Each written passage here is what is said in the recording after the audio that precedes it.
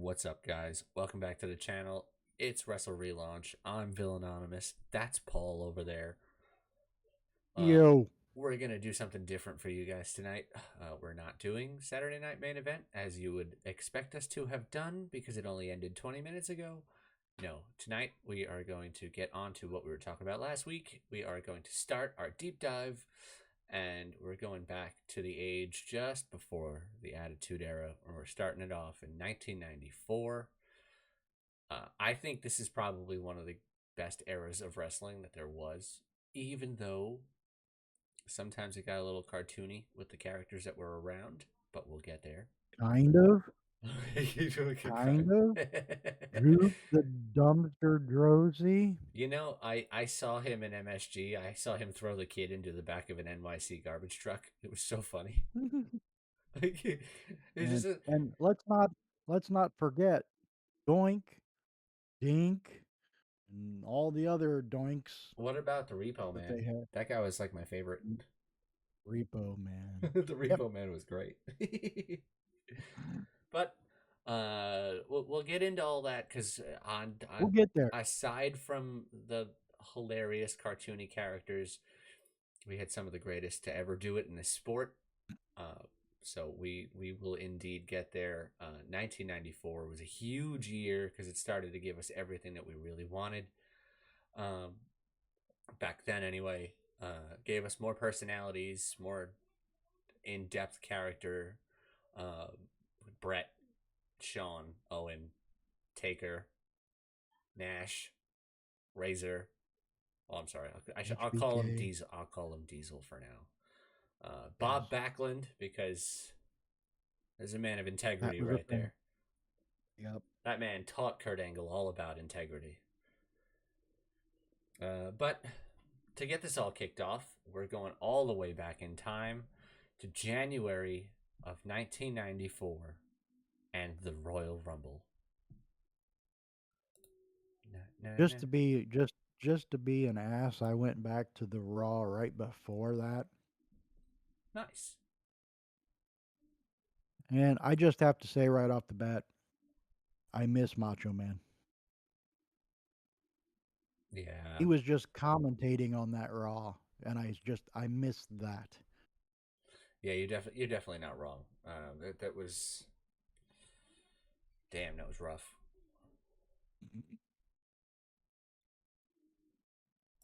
I mean, look at the guys that we had announcing on Monday Night Raw. Like Jesse Ventura was there for a little while. Yep. We had Savage. Piper was around for a little while. And then it just became Jr. and Jerry Lawler, which Well, there for the longest time, yeah, it was like every week there was a guest commentator with Vince, yeah. and yeah, I mean Oh yeah, Jr. even debuted in '94. I forgot we had that whole point in time where it was Jerry Lawler and Vince as the as the announce crew. Yeah, That was a lot yeah, of but fun you for had a all while. kinds of like Macho Man was the guest of the first anniversary episode of Raw, Mm-hmm. which was in January, right before the Rumble. Yeah. Then like another week it was DiBiase, and then another week it was IRS, and then the one that blew my mind was Bastion Booger was a guest commentator one night on Raw. Hey man, he Let that was sink he in. was so good. What the what the hell was that? Bastion Booger, Mantar. Come on, man. We had some of the greatest personalities ever back then. Fine. I'm looking at I'm looking at the entrance to the Royal Rumble in '94, and I'm seeing some of just the greatest names in the history of professional wrestling. Like there are some absolute greats, and then there are some. Okay, that's a thing that happened. But we'll get started all the way at the beginning, because the card itself for the '94 Royal Rumble was really good. Like the opening match was Bam Bam and Tatanka. Yep. Like that rivalry had been fueling for a while, and it's like Tatanka was a monster. Like he was really powerful for someone his size. Where did we get? Where did that? Strong There it goes. theater. But I mean, it's like my only problem is Bam Bam had a valet. Like why? Well, it was Luna Vachon. It just they went together. It was perfect. It was I a know. match made I in hell. know, like the skull tattoos and everything. Like it just goes, but it's like, does Bam Bam really need somebody to run distraction to be able to win a match? Like, Hey, you know. But Tatanka. yeah, for Tatanka to beat Bam Bam Bigelow Well, I mean, you're starting off the on card hot with the baby face going over. I mean, that's what you wanted to yeah. do, considering what the whole rest of the card was going to be. Like, come on now. You had we led into it was the Quebecers against Brett and Owen. Yep. Now, this is 1994. Brett and Owen, you're going to hear those names a lot in this deep dive because 94 was Well, dominated by the Hart family. this really kicked it off too. Uh huh. Like we had And the the best part of this was the managers on Johnny Polo. oh god, I forgot about that. Oh man. Uh, I can't I'm forgetting. Like no, this isn't this wasn't the towel spot. No, that was Bob Backlund. No, no, no, no, no. Yeah, that was later on. Was there an injury to this match? Like did somebody feign an injury? Is that why they stopped the match? Oh gosh, damn, I don't remember. I can't remember for the life of me why this match got stopped by a referee stoppage. Like Right. I, it's one of those spots where you're like, oh yeah, no, it was Owen with the no, Owen with the towel was way later in No. this year.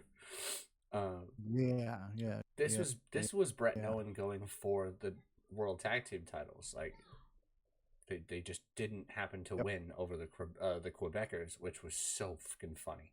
I don't know how anybody in their mind lost to the Quebecers. I mean, they were talented, but they were not Brett and Owen talented. No. It's like having the Headbangers versus the Legion of Doom in the Attitude Era and putting over the Headbangers. It's like why? Yeah. See, this is why we didn't do the Attitude Era. It's foolish. But in essence, the Quebecers did go over Brett and Owen, but via referee stoppage. I don't remember why. I will get back to you on that. We will jump cut or some sort of haha. We got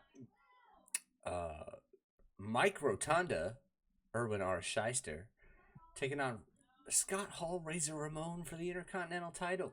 Again, you can't put a better card together. Like, this was fun. Like, he was still gimmicky with his IRS, his friggin' taxman whole gimmick. But, like, Mike Rotunda was always a great wrestler. Like, he went into the Hall of Fame last year with Barry Windham. Yeah. Like, they were there tonight at the pay per view we're not talking about. I have nothing against the pay per view tonight. We're just not going to get to that. I don't want to be sidetracked into Wasn't a talking about pay per that. view. What wasn't a pay per view? Wasn't a pay per view. It was a premium live event. No, it was Saturday night's main event. It was a nationally televised, yet still somehow on Peacock Just thing. because you watched it on Peacock doesn't make it a PLE. You know what? Fair. I'll concede that. I'll concede that point. I'm continuing my heel turn. Sorry. We can't talk about the thing that we're not talking about tonight because that's probably what we're gonna do just somewhere saying. around Monday. I didn't go any farther. I just wanted to mention it wasn't a PLE. Uh-huh. Obviously, Razor was going to go over on IRS. IRS wasn't ready for the Intercontinental title yet with his gimmick. No. I don't know if he was still being followed around by the $1 Million Man at this point. Because I know Money Incorporated was a thing. I just don't remember if this was still a thing or if Razor just seemed to like outmaneuver all the distractions and all that. Because that was what Razor did back then when during his face run. Like he was just like, "That's cute. You have like 2 or 3 guys. I'll make them run into each other, and I'll still beat you at a razor's edge." All right, okay, fine. Um, the WWF Championship. That's right. I said WWF Championship. We're in 1994. WW. A casket match. Probably one of the most famous casket matches in WWF history. Yokozuna defending the World Wrestling Federation Championship against the Dead Man, The Undertaker. Paul, when I first saw this at 6 years old, I hated it because I didn't understand where Why it was that? going. Nor should Yeah, I have because I was 6. because you were 6. Like you see the Undertaker, yay! You see Yokozuna, boo! You know the finish Boo. happens the way the finish And yeah, happens, and you're like, why? Let alone understanding now that it did take all 12 of them to stuff him in that casket. Oh, that was a lot of help. That was a lot of help. I mean, Yokozuna and the Undertaker always had good matches. It's like these yeah, guys moved around for their size in ways that you shouldn't have. Yokozuna from the Bloodline heritage, just it's sad. His tale is sad, but he was a great wrestler. yes, Like there was yep, nothing wrong with his in ring work and his in ring ability. Like I loved watching Yokozuna back then. I said the same thing for King Kong Bundy. Like there was no reason he was so good. yep, yep. The Giant So Gonzalez was weird. shut up. I was doing a little research there while we were talking, and it was stopped by the referee because Brett hurt his knee supposedly, and of course the Quebecers went after that, and instead of tagging out, this also led into the storyline of what happened next was the tagging out to Owen to win the match. Brett tried to be the hero that he is and put the sharpshooter on and screwed it up and collapsed. Yeah, So probably got the the. referee stopped the match. That makes sense. Yeah, I mean, Yeah. because Which he's then, of still course, Brett. He's just still Brett. He was gonna go down in a blaze of glory. enraged the Rocket Owen Hart. Oh yeah, I've got Owen's theme stuck in my head ever since last week when I said that we were gonna do this. Because like 25 years is a long time. Like it kills me that it's 25 years ago. Yep. But uh, to the aforementioned Royal Rumble match in and of itself. Sorry, guys. Yokozuna beat The Undertaker with the help of like 12 other guys. Stuffed him in a Yep. casket. uh, just That's the one where he. That's the one where he rose up out of the through the screen. Was yeah, that the one? he ascended up to the top of the screen. Uh, He ascended. Yes. it was just To crazy. heaven.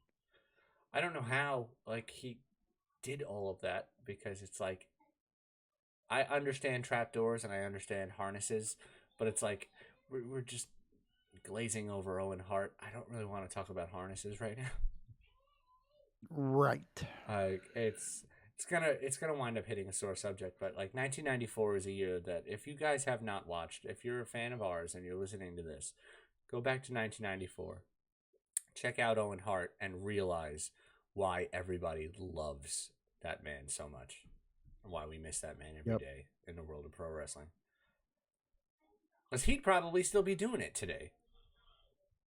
God, yes. Um, to get And to and Brett would be pissed about that. Apologies for the technical difficulties Paul's going through right now. What? It's gonna happen from time to time. Paul's gonna sound like he's cutting out a little bit. What? Yeah, you cut out a little bit. So I was letting them know that you're not home. You're going through some technical difficulties. Yeah. Bastard. This isn't. I am coming to you live and in living color from Like Bridgeton, New Mussolini. Jersey, Sorry, he said living color. and the quality inn that I'm staying at is not very quality. I'm gonna just editorialize for a moment there. So sorry about the internet connection. It 2-star review on seems to Yelp. become. Yep. Bad Yelp review. Bad. All right. Well, it was everybody's favorite time of the night. It was the 30-man over the top rope Royal Rumble match, with the winner getting a shot at the WWF Championship at WrestleMania 10. It said that very specifically in the post-match capture. In the This match, I don't understand. Like, this is one of the best Royal Rumbles I've ever seen, while also being one of the weirdest and most controversial. However, the first two guys to start this match were Scott Steiner and Samu. Like, that's going to go back and forth for a little while. Obviously, Samu is going to get the best of a younger Scott Steiner at that point, leading to Rick Steiner at number 3, which they did this right. Like, come on now. And then my favorite, Quang. Quang. I can't believe he said. Yes, we did get Quang at number 4. Owen Hart at 5, fresh off of not getting the WWF Tag Team Championships. A little miffed. Now it's time to go for a world title. All right, fine. Bart Gunn, number 6. Loved seeing the Smoking Guns in the 90s. They were just so much fun. Big Daddy Cool, number 7. This dude became a problem because Samu went out from Scott Steiner. Rick Steiner got knocked out by Owen, and then it was Bart Gunn by Diesel, Scott Steiner by Diesel, Owen Hart by Diesel, Quang by Diesel. This was rough. Bob Backlund came in, Diesel. Backlund by Diesel. Billy Gunn came in, Diesel. Virgil came in, Diesel. This was crazy. Like, this went on for a while. This was like watching the Royal Rumble a few years ago when Brock Lesnar was just chucking everybody out one by one. Like, true video game status. If you're playing in a Royal Rumble, you know you go after the one guy, chuck him out, recover a little bit, chuck him out, taunt, recover, chuck him out. And then it got serious at 11 because we got the Macho Man coming in, going face to face with Big Sexy for the first time in a very, very, very, very long-winded rivalry that still spanned all the way through WCW. That shit was cool. Jeff Jarrett at 12. Not the Jeff Jarrett we all know now, but, you know, still mid-90s Jeff Jarrett. And then we got Crush. Crush was fun. Like, not really good enough to be in Demolition, but it's Crush. Come on. Wasn't Axe, he wasn't Smash. He's just Crush. Come on. Yeah, he was Crush. Then your favorite. Paul's Doink. absolute favorite, Doink the Clown at number 14. We got Bam Bam at 15. Like, the first 15, you got a whole lot of, like, big giant names in the history of this business in the first 15. Yep. Scott Steiner and Rick Steiner immediately. Samu, one of the head shrinkers. Minus Virgil, but yeah. Owen Hart, the Gunn brothers, Kevin Nash, Randy Savage, Jeff Jarrett, Bam Bam Bigelow. You got some of the biggest names in, like, modern today, not 70s and 80s times pro wrestling. Mhm. Um, and then King Mabel wasn't Yep. even king yet. But I'm calling him King Nope. Mabel because he's always going to have that Well, title with me. he was on a mission. I now there's a name in here that none of you guys are going to realize. This man's name was Thurman Sparky Plug. For those of you who Yep. don't know that, give me 1 second, Paul. Oh, sorry. Are you having technical difficulties? Nope, I've got kids are going home. Hold on, give me 1 second. Oh, sorry. Yeah. Sparky plug.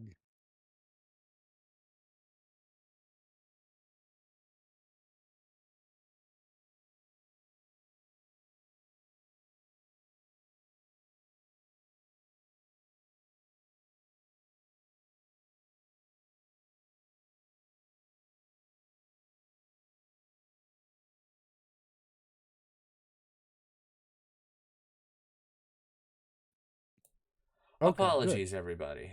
I'm sending my kids off home with their mother. Thurman Sparky Plug. You guys Know know him Thurman better Sparky as. Plug as Spark Plug Bob Holly or Mm-hmm. Hardcore Holly Oh, because Bob Holly was kind of a mess back then. Shawn Michaels, not the every, not the showstopper, not the Mr. WrestleMania Shawn Michaels. This was breaking into the biz, fresh off of being one of the Rockers, Shawn Michaels. That whole weird little yep. period before his, solo career really took flight. Mo. He was on a mission too. Mo. Oh, yeah, he was. Greg the Hammer Valentine, another one of the biggest names in Yep. wrestling history post 70s. We got Tatanka, fresh off of his defeat of Bam Bam earlier in the night. The Great Kabuki. Ironically, Bam Bam is the one that eliminated Tatanka. That was Yeah, great. only And furthering the this rivalry. is, yep, this is one of my favorites of all time. What, the Great Kabuki? Uh, the Great Kabuki. Hell yeah. Loved him. He was so good. Loved him. Yes, Uh, absolutely. Fresh off of his induction into the Hall of Fame this year, Lex Luger came in at number 23. He was done with the Narcissus thing, right? Like he was Mr. America at Yep, that he point. was getting ready to be Mr. America. Yep. Yeah. Uh, Genchiro Tenryu. Look, we had it where we could have a couple of guys over from New Japan or All Japan back then, as they were known. Mm-hmm. It really didn't work out as well for us as it did for WCW in the mid 90s. Scott Norton, New Japan World Champion. Yeah, he was hanging out with Mm-hmm. the NWO on Nitro. Like, they got the better of that deal. Bastion Booger, scheduled to appear at number 25.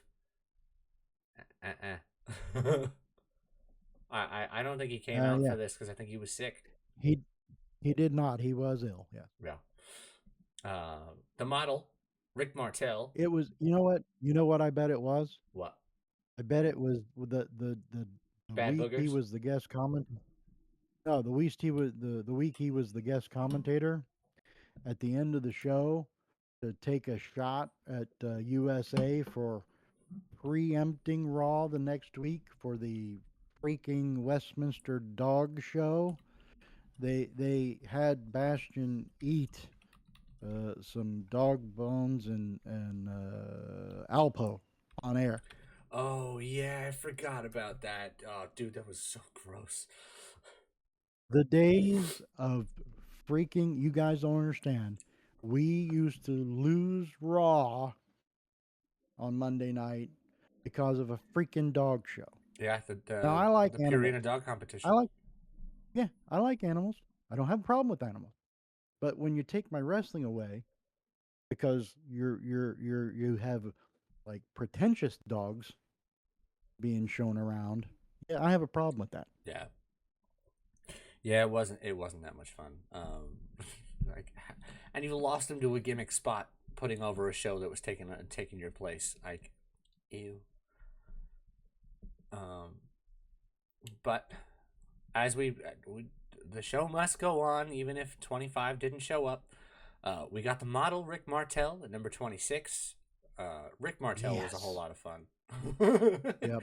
Like, he was that perfect level of asshole after Rick Rude was not there anymore. Yep. Yep.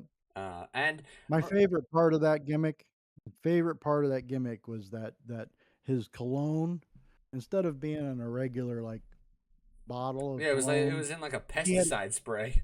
yeah, it was great. Oh man, you gotta love Rick Martel. Like, he cut really Yep. good promos. Like, his skills on the He mic was were an really asshole. good. Yeah. Like, I loved to hate that guy back then. And now That's what you he know, did. we don't appreciate the guys that were there back then. Like, all of these guys that we already mentioned into this match, into this ring, all of these guys had the mic skills, but Vince had favorites back then. Like, you Yeah. one of the parts of grabbing that brass ring wasn't your mic skills back then. It was whoever Vince wanted to see as the world champion at that point, which at that point was kind of fluid and flexible because they didn't really have anything in mind, let alone the end of this match. Because out next at number 27, uh, with a miraculous health update and recovery, was Bret the Hitman Hart. Hey, he is a Canadian hero. I don't know why you're disparaging him for I'm making not. a comeback. I'm not. Though, if I really wanted to, if Bret didn't make it back for this, I would have had Owen win this fucking Royal Rumble. Well, yeah, 28 was Fatu. Uh, I too. Enough said. Yep. 29 resparked the entire rivalry because out came Marty Jannetty. How the hell did he get number 29? I don't know, but number 30 is even scarier because that's Atom Bomb. Fucking, what's his name from fucking, was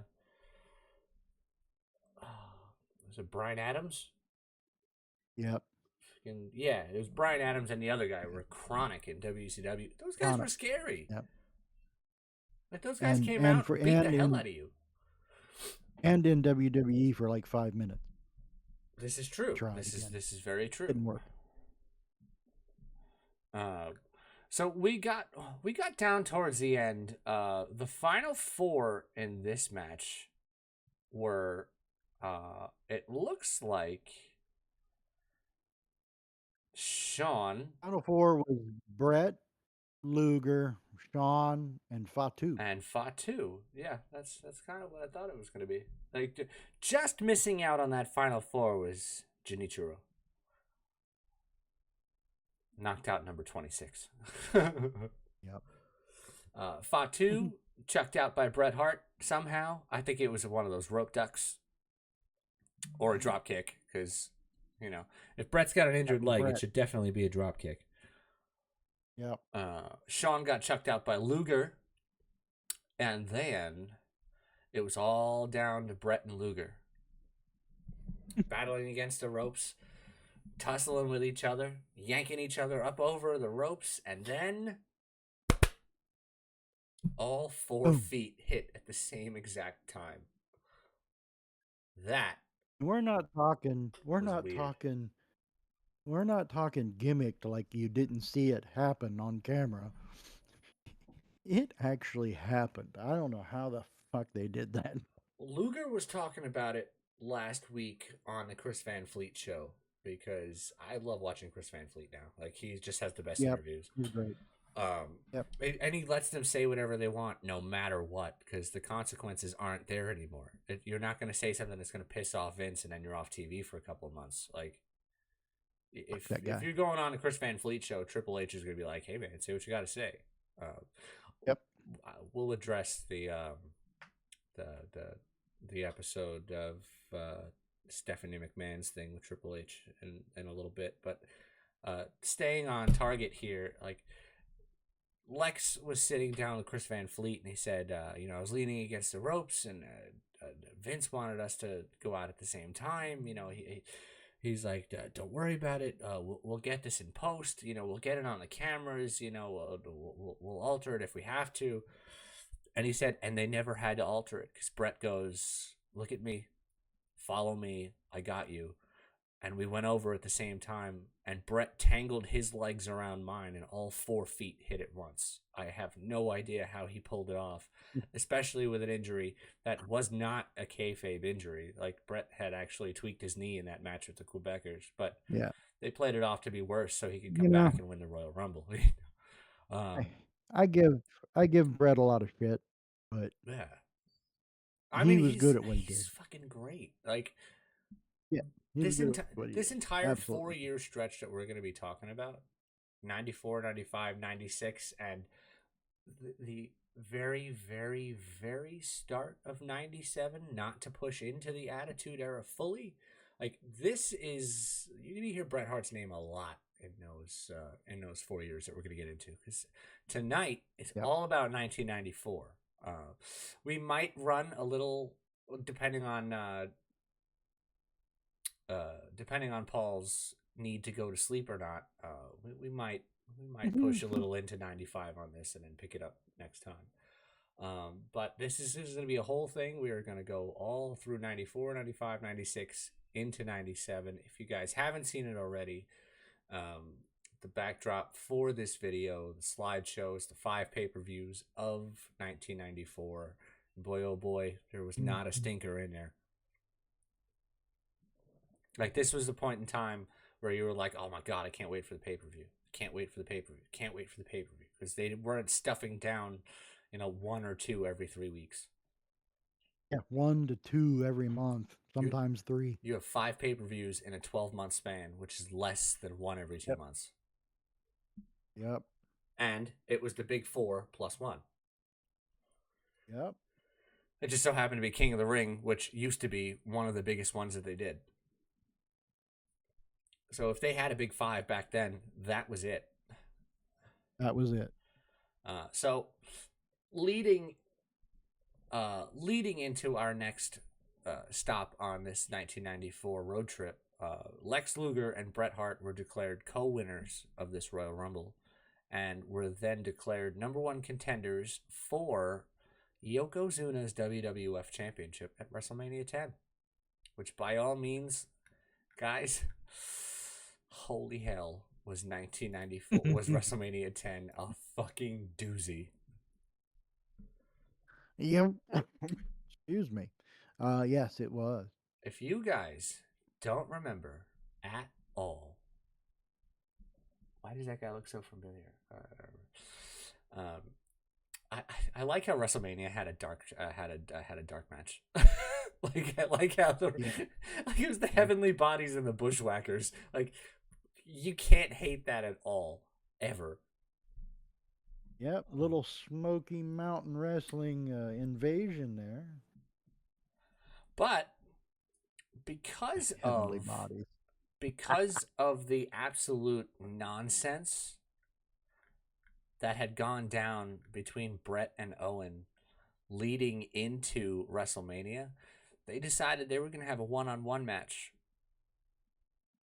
Boy, oh boy, this is still one of my favorite wrestling matches of all time.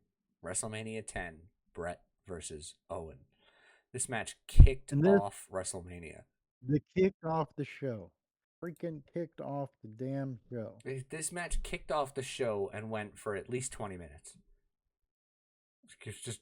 It was just glorious. Like, this was a whole,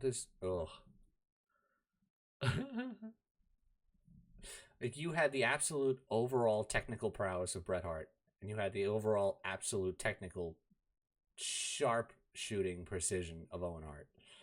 Like, these guys just went and went and went and pushed each other and pushed each other and pushed each other until they couldn't go anymore, and then kept going. Like, this is what these guys were. Freaking classic. Absolute instant classic to kick off WrestleMania, with Owen going over Brett by pinfall. It was some kind of crazy roll Yeah, up, but he got the 3. right. And you know what? I wish I would, how they came up with that. I mean, who came up with that idea? I mean, I know obviously they were wanting to push Owen, but I mean, Jesus, who suggests that? Oh, this has got to be Brett Nolan going to Vince directly and being like, "We want to wrestle. Like, we'll." Right. They could have said to Vince, "We want to wrestle." Oh, okay, guys. You guys are huge with the crowd right now, so like everybody sees the cracks between you. Like this has to be settled in the ring. Who's going to go over? I feel like Brett and Owen are the two guys that would literally look at each other, rock paper scissor, and whoever won that would be the one to go over. Because you could have flipped a coin, and whoever won the coin toss going over, it would have been either one of them. I would have been perfectly fine with, because Brett over Owen, fine, absolute fine. Owen over Brett on this night seemed to be the right move until it confused the Absolutely. hell out of everybody later on in the Right. card. Right. um, but as my colleague and I will always say, We'll get there. we'll get there indeed. We had. Mhm. I don't even want. Now, I want people to digest this really quick because everybody complains Remember, about. remember which word you're allowed to say on YouTube. I've got it. I've got it. I'm just saying that everybody complains about certain matches getting on certain cards and certain matches not getting on cards. And I'm not saying this is a horrible card, but how do you follow an opening match of Owen and Brett with Owen shocking the world and winning? You get a tag match of Bam Bam Bigelow, great guy, and his partner, Luna Vachon, badass, against Doink and Dink the Clown. How does this show up on this show after that or match? For any of you who don't understand, like you guys have heard the name Doink the Clown before. If you're here listening to this channel, you've heard the name Doink the Clown before. Dink the Clown just happens to be a little person version of Doink the Clown. Like there were many that spun off from that Survivor series. It was so funny. Doink and his cronies against Lawler and his cronies was so good. Yeah, They all turned on we'll Lawler. get there though. We'll get there though. We'll get there. No. I mean, it's Bam Bam getting revenge from freaking all of those weeks of practical jokes on Monday Night Raw from Doink the Clown. Yes. Oh God. Oh. Like this card didn't really get that much better. I mean, I have no problem with Randy Savage and Crush. Okay, No, falls count especially anywhere. because It's a little all weird. count anywhere. Yeah. Sorry, Crush was actually Brian Adams. Sorry about that. Correct. Not Not the other one. yeah. It was so funny Brian because Clark. yeah, Brian Clark. Uh, Yes. it's it's just so funny. He just looks like Brutus. That's just wrong. Tell me that he doesn't look like Brutus. That's just wrong. You tell me right now. You tell me that he does not look like Brutus the Barber Beefcake. Well, maybe they were. That's what Vince was going for. I don't That's a good point. That's a good point. know. But I mean, it's Randy Savage at WrestleMania. Like Crush had no chance. Yes. Good lord. Yeah. Crush had no chance, even with Mr. Even Fuji in his corner. even with Mr. Fuji in his corner. Correct. The World Wrestling Federation Women's Championship. Yeah, that was a thing back in '94. Alundra Blaze Yep. versus Leilani Kai. Who I know we're not talking about tonight, but guess who showed up at the Saturday night's main event? Leilani Kai. Really? They had her with the when they showed the legends in attendance. Yep. Hell I don't know yeah. where they dug her up at. Well, I mean, they weren't going to dig up Alundra Blaze. I mean, that championship looked really nice until it went into that trash can on Nitro. Yeah. Yeah, We'll get yeah. there. They've kind of made up with her a little bit. I don't know. Let's see. What did we have? We had Men on a Mission against the Quebecers for the World Wrestling Federation Tag Team Championships. Yeah, those I Quebecers. love those belts. They're just so good looking. I have the old toy ones with the Velcro from '95. Yes. Yep. Um, Those were great. they were just so much fun because I started getting them after like that first series of Jack specific figures and Mattel figures all came out. Mhm. But through rules of account out, titles don't change hands, so the Quebecers are Yep. still Retain. the WWF Tag Team Champions. Johnny Polo was smart, man. Yeah, you and your Johnny Polo, bro. I swear to God. It was great. Let's see what else we had, and a little bit of a brief intermission. Uh, World Wrestling Federation Championship Part One with special guest referee Kurt Hennig, also known as Mr. Perfect. Yokozuna Perfect. defending against Part One of the Royal Rumble winners that we just described, Lex Luger. Lex Luger. I don't remember. Oh, I do remember what happened here. Disqualification. Fucking Lex snapped and went after Perfect. I mean, there's only so many times that Mr. Perfect could have cheated alongside Mr. Fuji and Jim Cornette to help Yokozuna Yep. beat Lex Luger.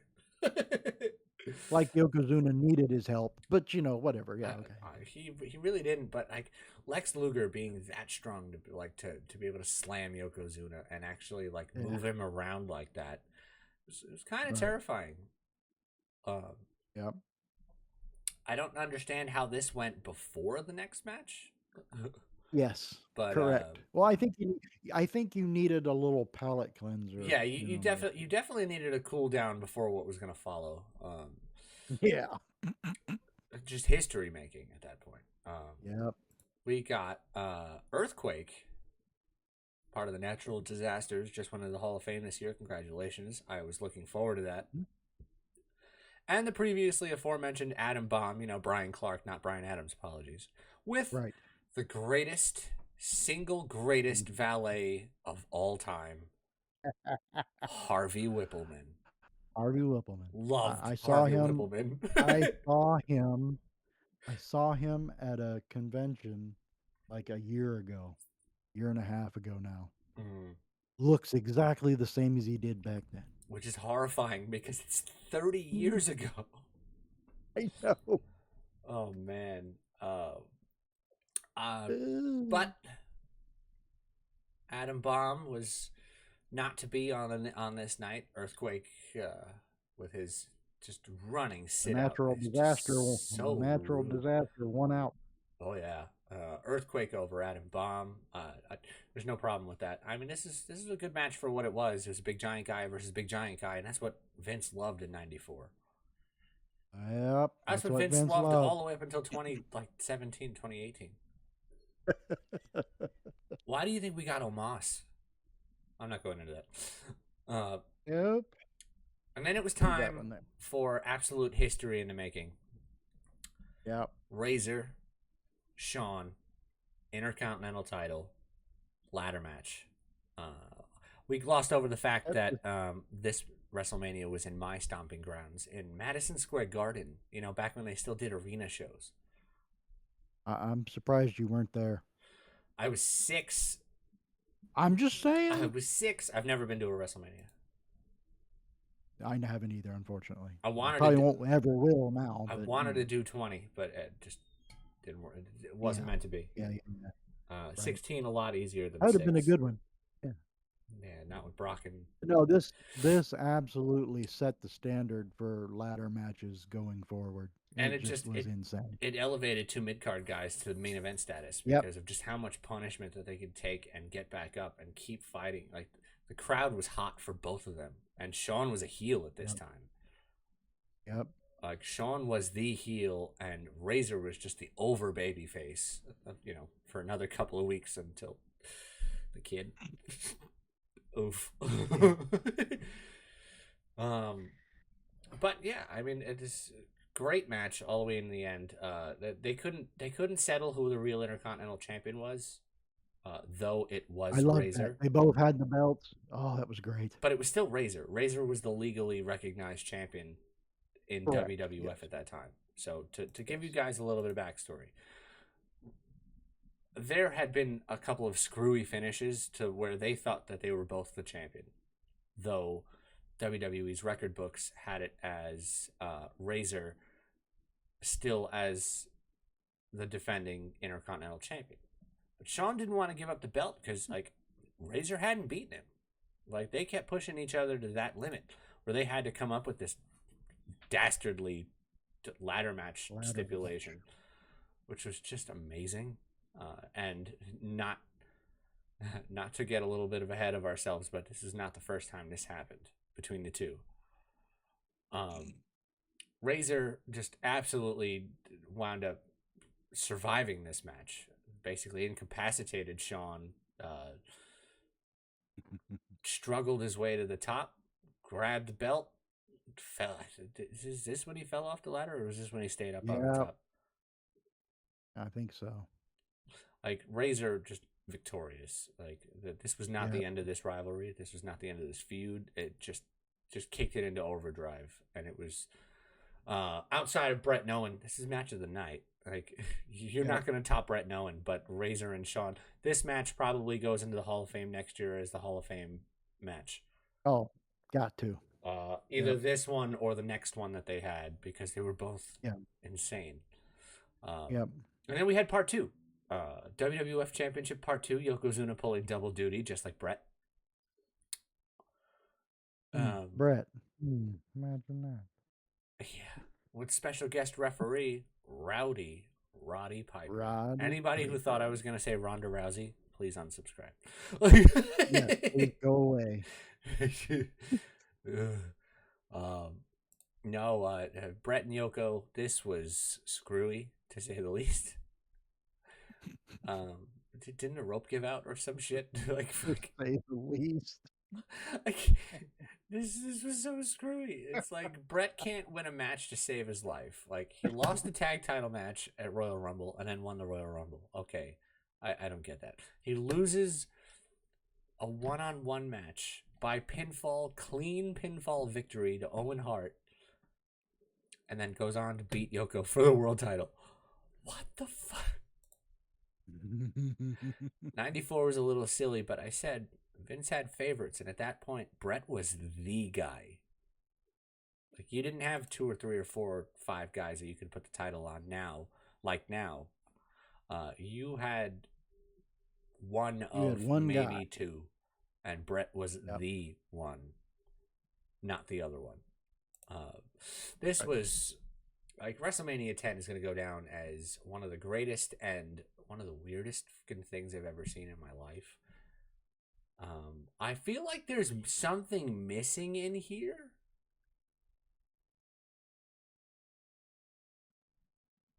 Like, Another match. am,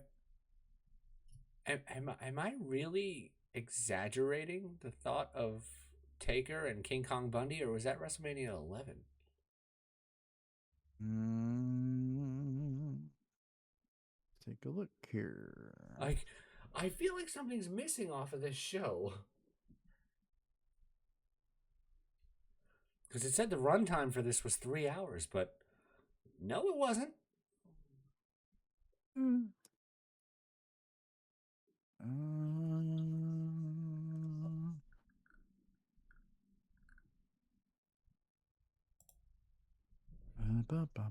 Taker and King Kong Bundy happened at one WrestleMania. I just don't remember which one it was.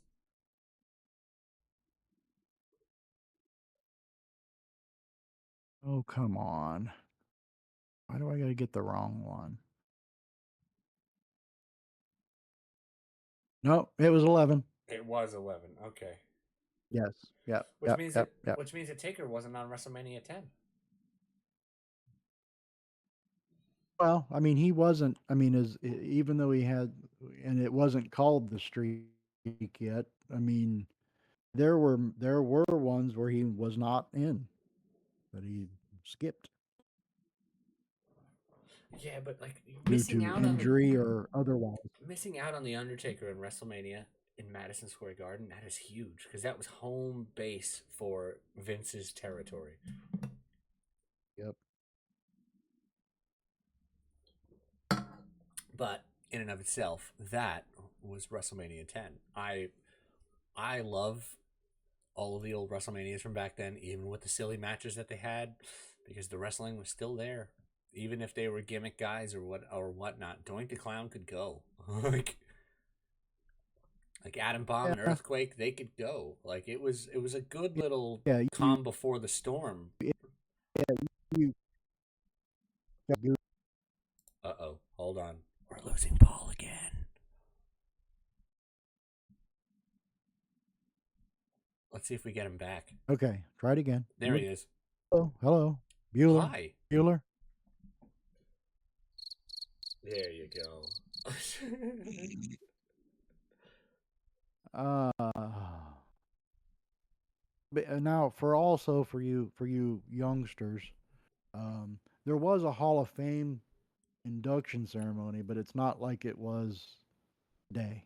Yeah, it And was the middle of for the year. for '94, yeah, it wasn't part of WrestleMania weekend, and yeah, yeah. Interesting class.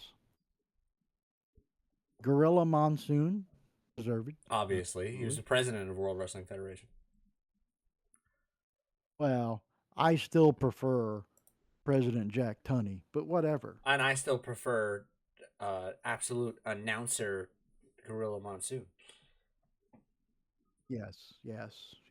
Him and Heenan. Yeah, Oh that was God, it. That great. was it. Like he was the first one to really call Bobby the Brain Heenan the Weasel. He was so great. Yes, and it stuck. You better get out of here, Weasel. He looks like he's coming your way. like I just love it. Yeah, no, it was Freddie Blassie, Yeah. Chief J Strongbow, Mm-hmm. Bobo Brazil, a Valid. old school Nature Boy, Buddy Rogers, Mm-hmm. resting class. These are these are some great names for '94. I mean, Yeah, like we hadn't yeah, gotten into all of the crazy names yet, but Freddie Blassie and all of them, like those are great names. yep. Uh, Pencil neck geek. Hilariously, we. Big. Speaking of which, I think a couple of those are former Kings of the Ring, if I'm not mistaken. I would have to go back and check that. I may be wrong, but I feel like a couple of those would have been That. King.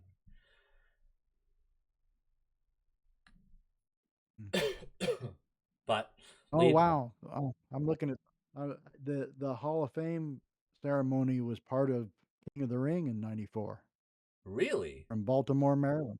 Yes. nice. All Yeah. right. Interesting fact.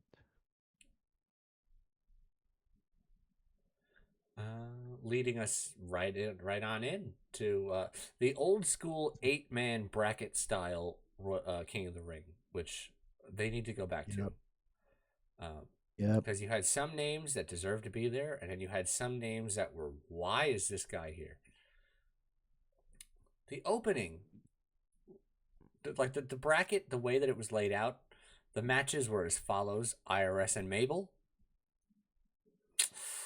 Okay. Razor and Bam Bam. That was fun. Mm-hmm. Uh, Jeff Jarrett and the 1-2-3 Kid. That was fun. Aha.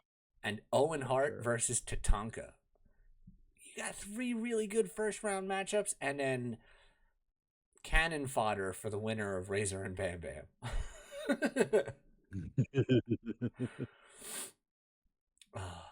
Good old 1, 2, 3 Kid. Oh man, we had Razor and Bam Bam opened up the show for the King of the Ring. Like Yep. this was so good. Like you you've got this big tall bad guy persona because he's starting to linger after that loss to the kid.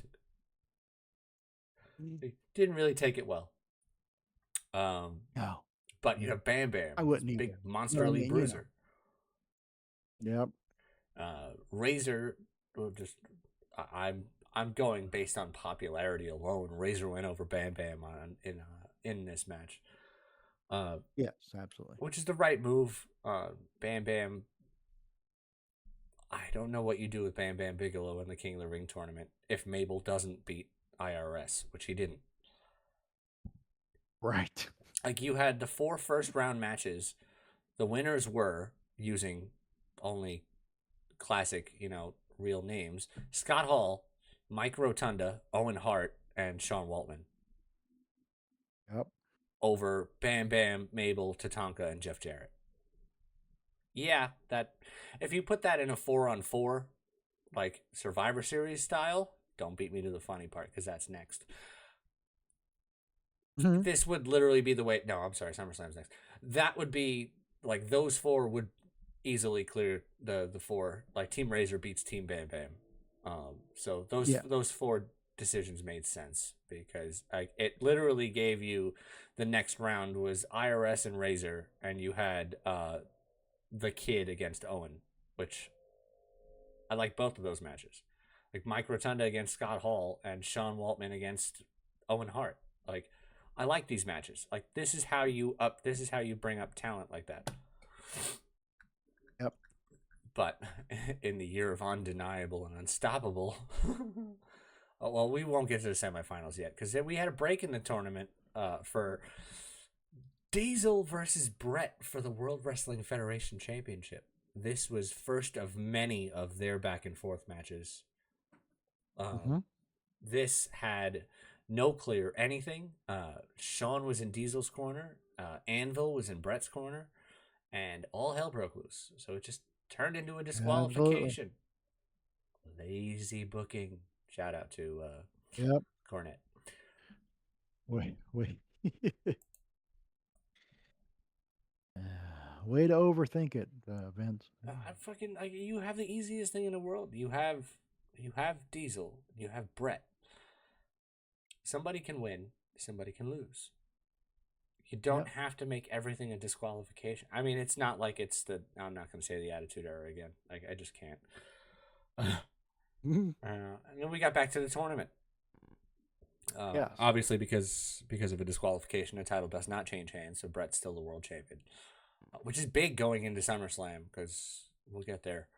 The second round of the King of the Ring, Razor versus Mike Rotunda, IRS. Razor went over because that was the right move. Yep. You had Owen versus the Kid. Owen won by submission. I think he tapped him out with the sharpshooter. Yeah. Which is the right move because now you've got Razor versus Owen in the King of the Ring finals. Yep. That's the right move. Like Razor coming off his huge win at WrestleMania in the ladder match. Owen coming off his huge win over the current WWF champion at WrestleMania in a clean pinfall victory. This another break in the action, which is just a whole lot of fun. We got 4 Mm-hmm. of the most oh my god valets in history for the Head Shrinkers versus Yokozuna and Crush. In the corner of Samu and Fatu, you had Afa and Captain Lou Albano. Good old Captain Lou. That is a recipe for disaster right there because those men are unhinged. Yes, they are. Captain Lou Albano is one of the guys who trained the current, head of everything in WWE, Triple H. And Afa, along with Samu and Fatu, also Yoko in this match. The Bloodline was running rampant in '94. Rules. Like this, Yep. there's a reason we have the Usos and Tamina and Nia Jax, and like there's a reason we have all of these people. There's a reason why this familial bloodline is still running the entire company, is because this was 30 years ago. And their match went on right before the final of the King of the Ring. And they went in as champions, the Head Shrinkers. And they left as Yep. champions, going over Yokozuna and Crush, led to the ring by Mr. Fuji and James E. Cornette himself. Cornette. Like, you couldn't get an odder group of 4 valets at ringside. You just couldn't. I can't, my mind, because I'm getting old, my mind is forgetting why in the hell did, why was, Fuji with Yokozuna made sense. Why was Cornette brought into that mix? I don't You remember. remember? I don't remember. I don't remember. I think Cornette was trying to associate himself with just gold in general. He was trying to get rid of those Smoky Mountain wrestlers he brought with him. Yeah. Yoko didn't need anybody else other than Mr. Fuji. No. I mean, when Yoko finally snapped and ditched everybody, that was cool, but it was towards the end of Yeah. Yoko, and it was just sad. Yeah. Yes. We had the King of the Ring final. We had Owen versus Razor. Absolute masterclass of technical wrestling. Mm-hmm. Because this is what these guys do. These guys are absolutely professional, and Owen went over Razor to win the King of the Ring final, which Year of Owen. just great, just absolutely fantabulous. WWE went on a run those few years of that section with the right guy for the job to win the King of the Ring. Owen really didn't get his push like that, though, like everybody else did. Right. Like Mabel got a push, jumping the gun. Austin got the most famous push in the history of King of the Ring. Well, yeah. Which we'll get there, because I was at that curtain call. Humble brag. I was at the curtain call. Oh, jeez. Yeah, yes, I was. And nobody knew what they were watching. That shit was crazy sauce. To round about the night, we had Roddy Piper versus Jerry the King Lawler in a regular one-on-one. This confused. I do not remember this for the freaking life of me. They just started fighting, and then they sent a ref, and it was just a thing. I don't know why. Yeah, there was no story to it, right? You had Owen and Razor in the King of the Ring final, the pay-per-view title. Yeah, should have ended the night. Right. What the fuck? This was silly. Come on, man. Like, what the? Oh, it's so weird. But it's a thing that happened, so we just got to get over it at that point. But your King of the Ring for 1994 was Owen Hart. Let's see what we got. I'm getting a text message from Sponge. Weird. Oh no. Whoa, no.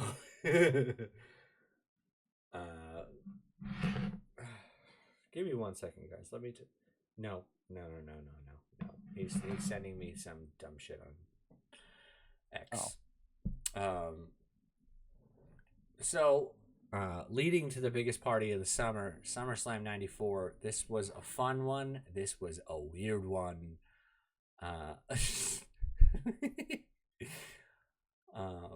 There were some really good matches on here, and then there were some, why are we doing this? But there's a lot of story build heading towards the end of the year, heading towards the start of the year, because that time of year is always the time where WrestleMania starts to take shape. And this was no different. Bam Bam and IRS versus Samu and Fatu. I don't know how this happened. I don't know if this was DiBiase's work, but or the head shrinkers just snapped and got themselves disqualified. But like that's literally how this match ended. Was the head shrinkers got themselves disqualified. I don't know if the valet got caught cheating. I don't know if they just snapped and started hitting people with chairs and stuff. It was just a thing. It's just a thing. It was just a thing. Bam Bam and IRS, unlikely tag team with Ted DiBiase as their Yep. valet. Okay, sure.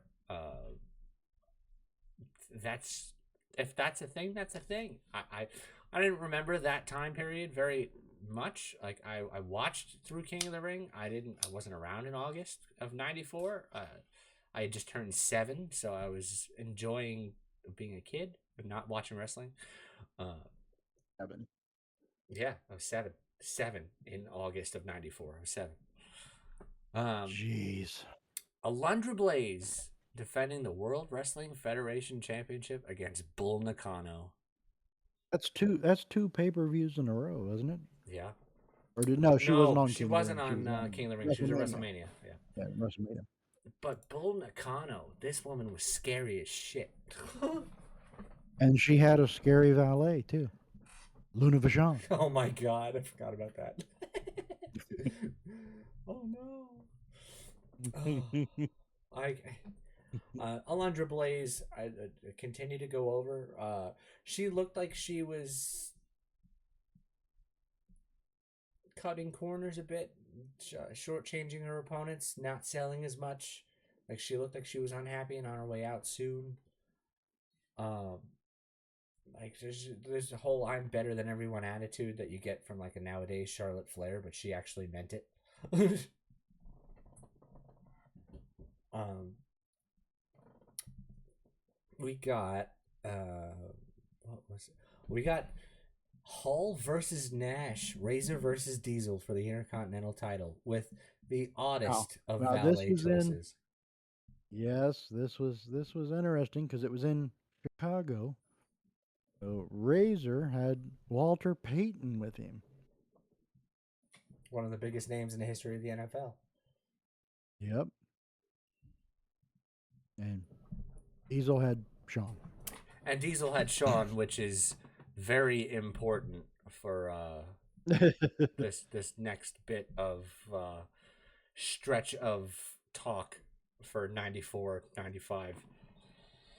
Um, Razor and Diesel. This I could watch this over and over and over again. Because this was Diesel's coming out party. Yep. It looked one sided from the jump. Razor obviously got in edgewise, no pun intended. Mhm. But Nash was just physically overpowering. Like there was no stopping Diesel on this night. Like for him to walk away with the Intercontinental title after the time that they'd put in on Razor, this was a long time coming, and this was definitely Nash's coming out party, especially for the run that he's about to go on. Ominous foreshadowing noises. Dun, dun, dun. Tatanka versus Lex Luger. I always loved this rivalry. I don't know why. Like, is that weird? Or is it just because it was I the don't first know. rivalry I ever saw? Could be because you were 7. No, I mean like in Oh, back then, yeah. I don't in know. '93 when Raw was just starting, there was a cage match Starting. that just happened to be Luger versus Tatanka. Like it was the first match that I'd ever seen, and it captivated me into all of this. All of these years later, sitting here doing All this these years for later. you guys.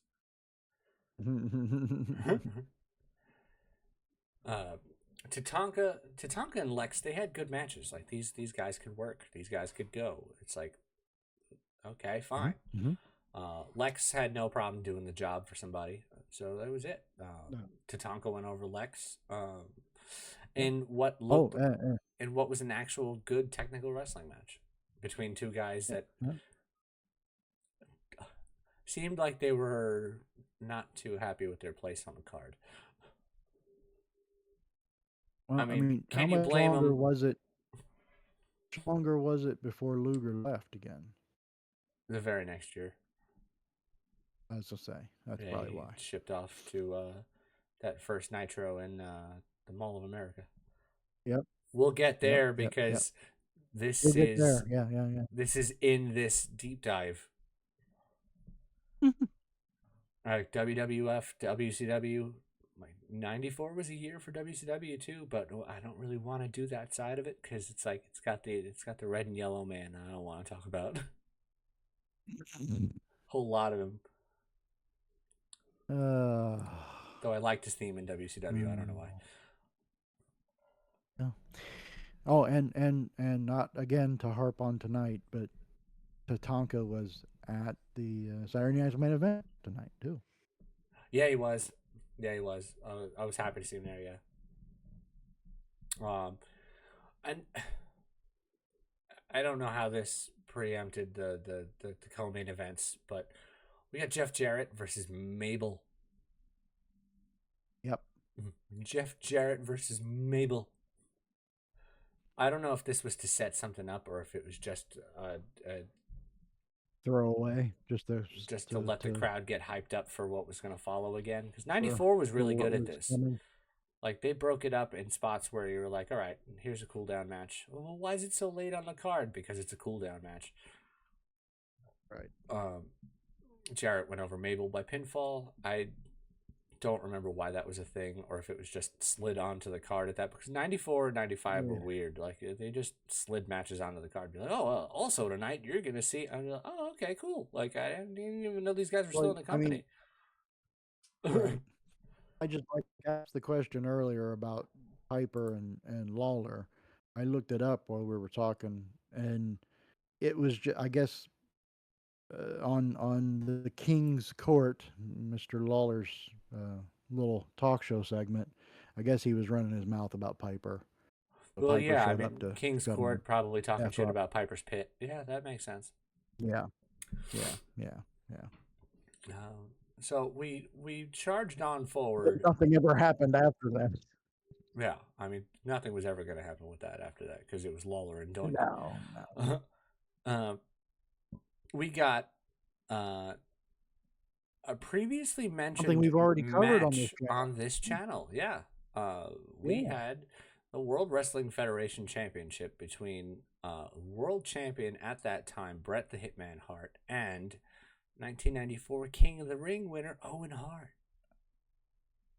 Like this Yep. was glorious. Yep. It was the big. It was the big blue cage.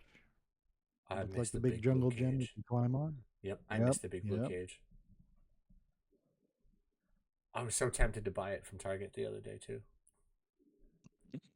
Like they've got the old set, the old Yeah. the old King of the Ring with blue cage. Nice. We've got Bret versus Owen, pinfall submission, over the top of the cage, escape to the door. Like, wait, what? No, there was no door back then. Nope. That's what You had that's to what climb Jesse over. Ventura was Yep. yelling about today. Yes, that's what he was bitching about tonight. Climb over the top of the cage. There was no door. Like this There was was, no pinfall either, right? There you had to get out of the cage. I think, uh, Back then, it was you had to get out of the cage. I thought there was no pinfalls. There was no you know what? submission. You might be right. You might be right. Which I don't know why they would leave it to chance like that, but well. Well, I mean, I always thought it was weird when they changed it over to where you could have pinfalls and submissions in the cage. I didn't I hate that get it. because it like tonight, right? Like I don't want to go into it. Forget it. No, see, I'm gonna get caught off track. Stupid Saturday night's main event hitting me in the nostalgia. This is we went over this when we were talking about it previously on the channel. Like my only problem with this match was the winner. Yeah. Like Yep. this was the year of Owen. Like you had Owen Yep. beat Bret at WrestleMania clean by pinfall. Why? Like, they never pulled the trigger on giving Owen the world title. This was the weirdest thing I've ever seen in my life. Just Yep. odd behavior, Vince. The first of many. Well, that The should first explain of it right many. there. And then we had everybody's favorite match ever of 1994's SummerSlam. Now, now, kids, we also had a build up to this SummerSlam. Mm-hmm. Is you had the Leslie Nielsen, who was from Police Squad, Please, yeah, those Naked Gun movies. yeah. He was trying to get to the bottom of who the real Undertaker was or where the real Undertaker was, because all of a sudden DiBiase showed up with an Undertaker, and it was not the Undertaker. Brian Lee, Chains from the Yes, Disciples of Apocalypse, by the way. the Underfaker. The Underfaker. You know what? He looked really good as the Taker in gray. I can't hate it. Yes, yes, absolutely. Because his hair was over his face, like Taker used to do. Like Yeah, he yeah, looked the part, and he was ginormous. Like, yep. Until the real Undertaker got in the ring with him. yeah, with the probably the greatest valet ever. Like Paul Bearer. Paul Bearer and the Undertaker versus Ted DiBiase with the Undertaker. Like, you had 91 Survivor Series, and then you had was it 91 or was it 90 Survivor Series that he showed up? 91. 91 Survivor. I was right. 91 Survivor Series Yep. showing up to be Team DiBiase, and then Yep. 94 Taker with Paul Bearer with the purple, not the gray anymore, which just, it was a good look. It was a good look. The match was Yep. wonky as Was a hell, good but look. it was a good look. It was a good look. Yep. The match was wonky as hell, but it was a good look. Not looking for any sponsorships or anything here, but the Naked Gun is coming out August 1st. Yes, it is. Liam Neeson. Not looking for any sponsorships. You know what? I love the You Naked just Gun. casually worked that You in. brought it. You brought it up. Like, I had to. Like, I love the Naked Gun Oh, movies. so you're blaming me now. I see. Leslie Nielsen was just so great. Yes. Yes. This was not the end of 1994's pay-per-views. Obviously, the real Undertaker went over in that. Correct. But we, if you can believe it, we had another pay-per-view in 1994, and this was the Survivor Series out of San Antonio, Texas. Surely you must be joking. Don't call me Shirley. There you go. Let's see. You know, like only a few of us got that one. Yeah. Look, we had As long as we pop ourselves, I guess that's all that matters. we had the classic elimination matches, and boy oh boy were these ones good. You had the team, the bad guys, Razor, Bulldog, 1-2-3 Kid, Fatu, and Sion against the Teamsters With Alpha and Captain Lou Albano. Yeah. Yeah. Against the Teamsters. That sounds like a dumb name. It's the Union guys of WWE. It's Shawn and Diesel and Jarrett and Owen and Anvil. That team in and of itself should not have been defeated.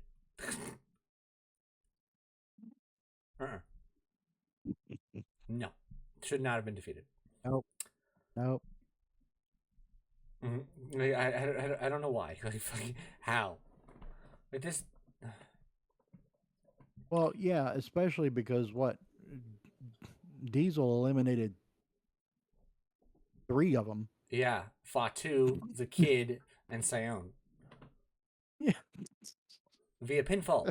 Bulldog got counted out, which was weird. Yeah. Shawn, Diesel, Jarrett, Owen, and Anvil all also got counted out. So Razor was just left in the ring. Right. Like, it was the oddest finish to a match I've ever seen with 10 guys you wanted to see wrestle. Yes. Like 8 of them were the biggest names in the company at that point. Yep. We got to Paul's favorite Here section of we this. got to it. We did Yep. get to it. The royal family, Jerry the King Lawler, Sleazy, Queasy, and Cheesy versus Doink, Dink, Wink, and Pink the Clown.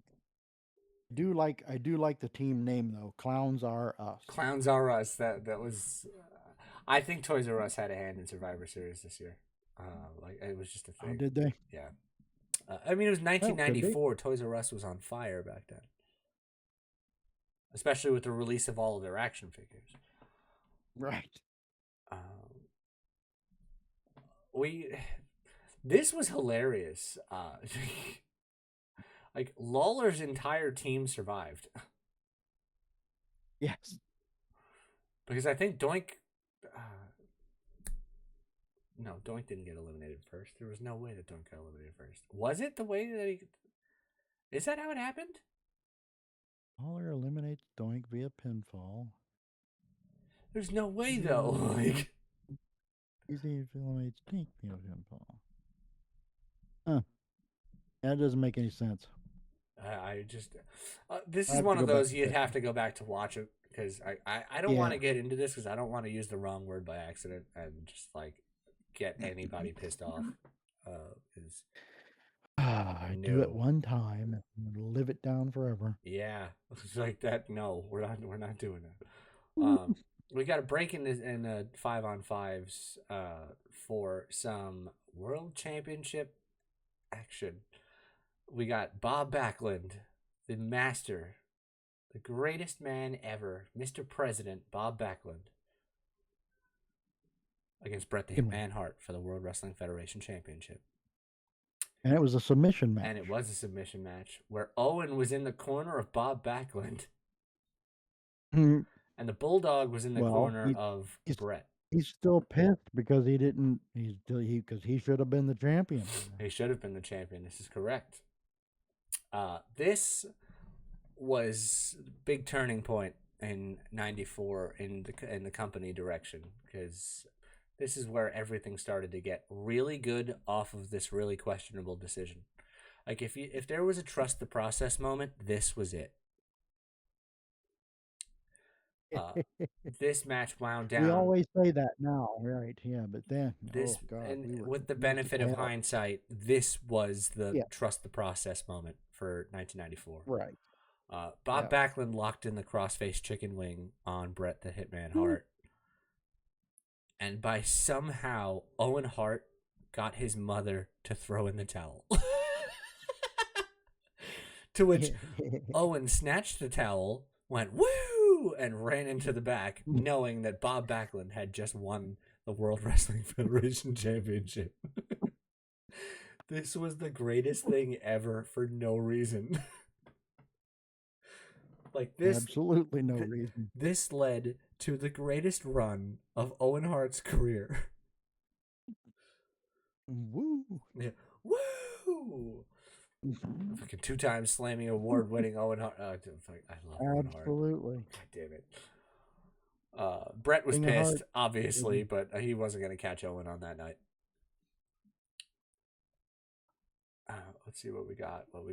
And the final Survivor Series elimination match of the night.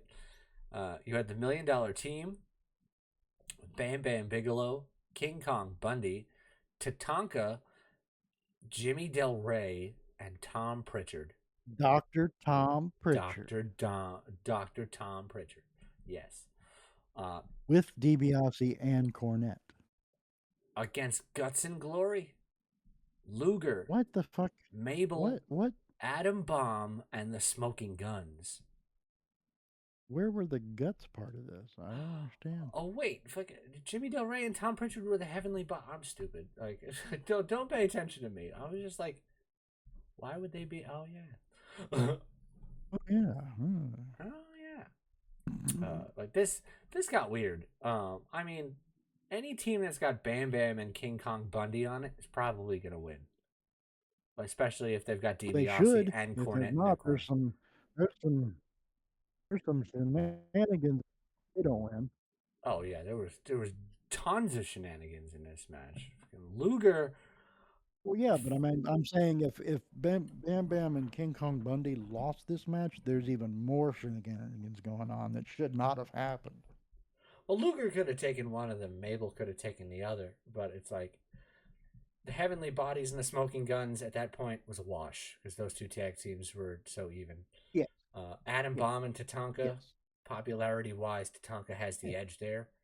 So it's like the Guns have absolutely. the advantage over the Heavenly Bodies just barely, but Tatanka had all of the momentum and the Against fan Terror. service, even in his heel run when he joined up with DiBiase.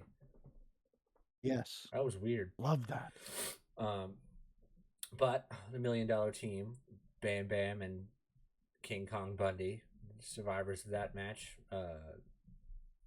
winning for Ted DiBiase. Uh, Hmm? Cornette didn't Did did have to go did far. King Kong Bundy get the 5 count on one of those pinfalls, or did he just get a standard 3? I'm sure he could have gotten a 10 if he wanted. He might have gotten the all elusive 5 count. Let's see. We had That was a great gimmick. it really was. Cornette didn't have to go far because he was out next again, staying out there for Yokozuna and The Undertaker casket match round two, 1994. With special enforcer Chuck Norris. Legend has it Mr. Fuji once he threw powder into Chuck Norris's face. Mr. Fuji's eyes still burn to this day.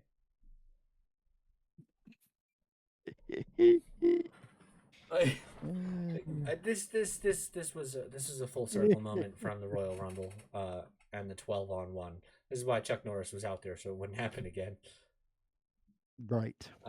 Taker, I think this is where he chokeslammed him into the casket and then Yes. wound up slamming the lid shut. It was a good feel Yes. good moment for the Undertaker. This is a lot of momentum build for the Undertaker for the run that he was about to go on in '95. Like this, Mm-hmm. everybody was on the up and up. Like '94 was a really good year for the World Wrestling Federation, and I was extremely happy to be sitting around watching a whole bunch of it. Mm-hmm.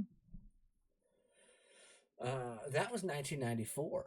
That took us an hour and a half, so I'm not going to keep Paul for very long, so I know he has to work tomorrow. But like Bastards. lasting notes 94, likes, dislikes, thoughts, comments, concerns. Um, I- not, not, I I have a comment for some of the people that watch today that want to complain and bitch and moan about ads, especially the ads on the ring. Yeah. Um, during this 94 run, I had to live through in the push to WrestleMania. There was a promotional sponsorship tie-in from the Hair Club for Men. Oh, Are you freaking kidding me? hair You want club. to bitch about something printed on a fucking ring? I had to watch this shit. Hair club for men said, Hulk Hogan, we coming for you. That's why he went to WCW. Oh, I mean,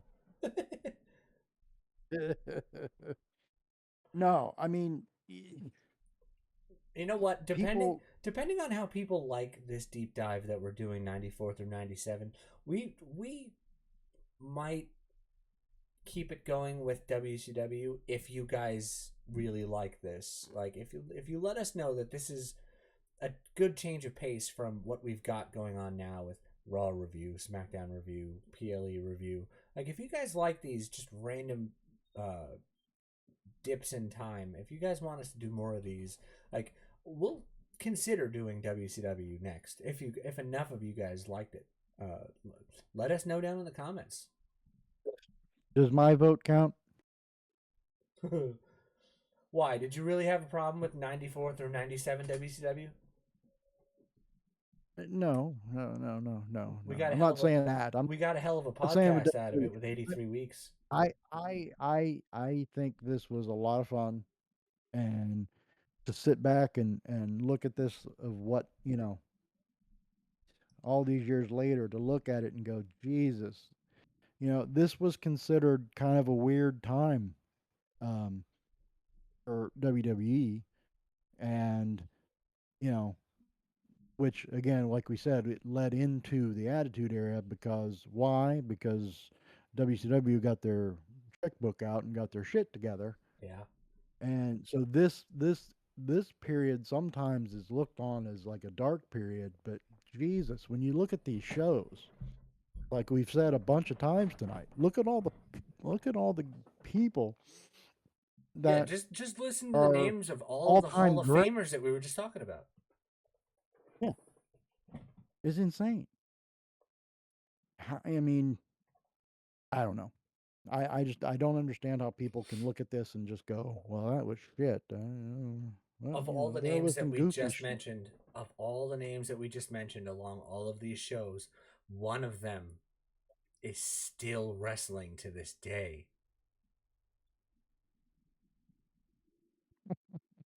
And it's Jeff Jarrett. Ah. Yeah. Yeah, yeah.